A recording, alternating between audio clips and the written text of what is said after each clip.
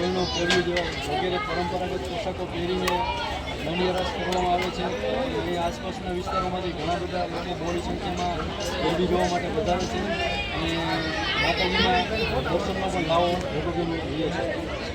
ખૂબ સરસ વાત કરી સંજયભાઈ કે જે આ નાના નાના ભૂમિકાઓ રાસ લે છે અને ત્યાંની આ જે પરંપરાઓ છે એ જાળવી રાખે છે અને અહીંની પ્રાચીનતા જાળવવા માટે સંજયભાઈ અને મહેશભાઈ પૂરી ટીમ પ્રયાસ કરે છે.